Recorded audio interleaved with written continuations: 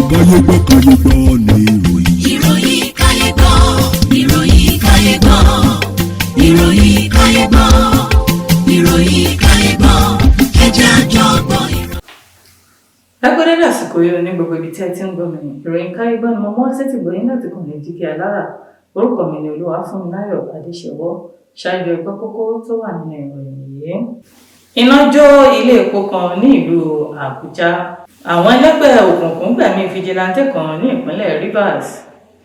Ọmọbìnrin fásitì kan tó wà ní ìpele àkọ́kọ́ ni wọ́n ti rí òkú rẹ̀ ní ilé ìgbafẹ́ kan ní ìpínlẹ̀ Enugu.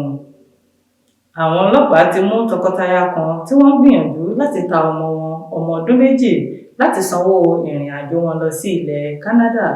Kí tó tẹ̀síwájú nínú ìròyìn yìí, ẹ jẹ́ kí a dé òkè náà fún ìpolówó ọjà.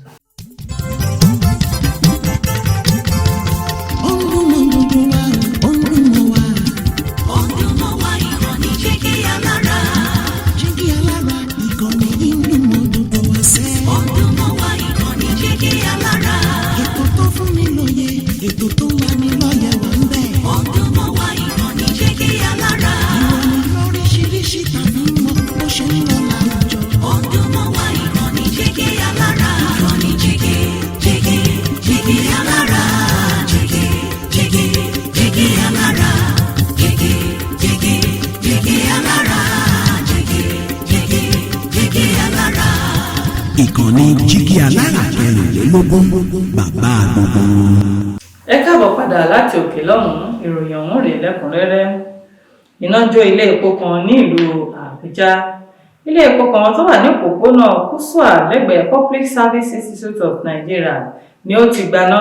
Iná náà ló wáyé nígbà tí ọkọ̀ agbépo kan ń já epo inú rẹ̀. Àwọn awakọ̀ àti àwọn tó ń kọjá ló wà nínú àìbalẹ̀ ọkàn látàrí èéfín tí ó gba gbogbo agbègbè kan.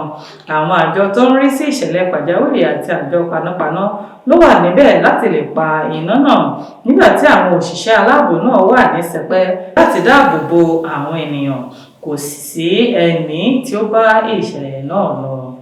Àwọn ẹlẹ́gbẹ́ òkùnkùn gbẹ̀mí fìjìláńtè kan ní ìpínlẹ̀ Rivers. Àwọn agbébọn tí wọ́n fura sí bí ẹlẹ́gbẹ́ òkùnkùn ti gbẹ̀mí ọ̀kan lára àwọn òṣìṣẹ́ elétò ààbò ìbílẹ̀ tí wọ́n ń pè ní Prince ní agbègbè Igboruta níjọba ìbílẹ̀ Ìpèrè ní ìpínlẹ̀ Rivers.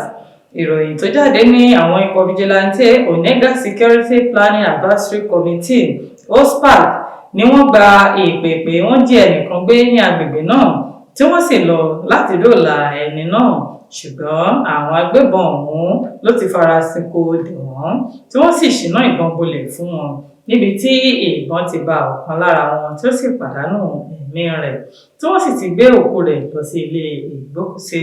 Agbẹnusọ fún iléeṣẹ́ ọlọ́pàá ní ìpínlẹ̀ náà Grace Iringekoko fìdí ìṣẹ̀lẹ̀ náà múlẹ̀ tí ó sì ní ìwádìí ti bẹ̀rẹ̀. Ọmọbìnrin fásitì kan tó wà ní ìpele àkọ́kọ́ ni wọ́n ti rí òkú rẹ̀ ní ilé ìgbafẹ́ kan ní ìpínlẹ̀ Enugu.